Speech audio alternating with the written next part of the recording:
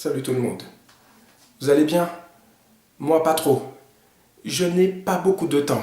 D'ici quelques minutes, je vais me transformer en quelque chose de génétiquement modifié. Oui, comme dans Overlord. Oui, Overlord, c'est la nouvelle production de J.J. Abrams. Vous connaissez J.J. Abrams. Il a relancé Star Wars avec le réveil de la Force.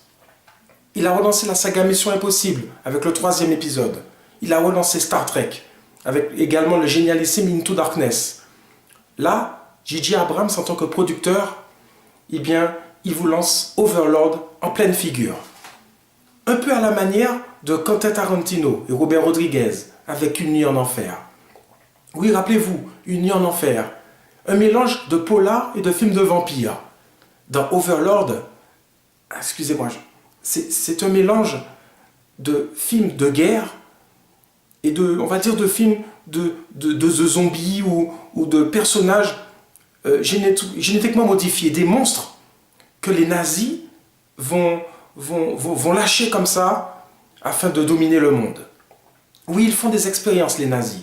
Et des militaires, de bons Américains, vont tenter, à travers leur mission, qui est de faire sauter une antenne relais, vont tenter de faire exploser tout ça. C'est un film coup de poing. Un film qui, dans sa première partie, le film de guerre, le film de mission, est haletant. Plein de personnages parfaitement bien définis qui rendent le film véritablement captivant.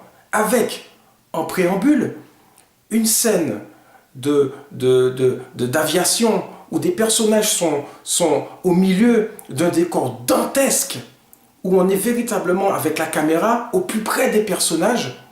Et cette séquence, cette première séquence, qui rappelle d'ailleurs la scène de débarquement, par exemple, de Capitaine Conan ou encore d'Il faut sauver le soldat Ryan, eh bien, elle est magnifiquement mise en scène. Ensuite, une fois arrivés au sol, nos amis les militaires vont s'attarder sur le plan à mettre en place afin de réussir cette mission.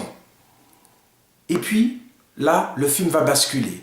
À partir du moment où il rentre dans une espèce de souterrain où se font les expériences, eh bien, on bascule dans le film d'horreur, un peu comme Evil Dead de Sam Raimi.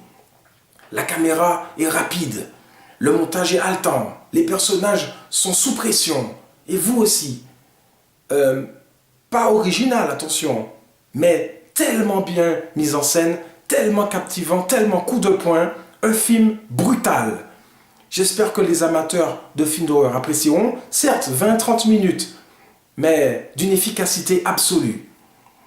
Et pour les amateurs de films de guerre, pas de problème. Les codes sont respectés et c'est captivant de bout en bout. L'un des rôles principaux, c'est Wayne Russell.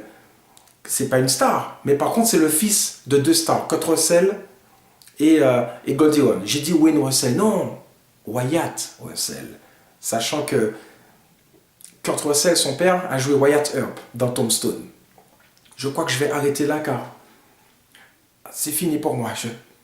Je me transforme. Allez, si vous voulez vous faire transformer avec Overlord, allez-y, c'est génial. Allez, à la prochaine.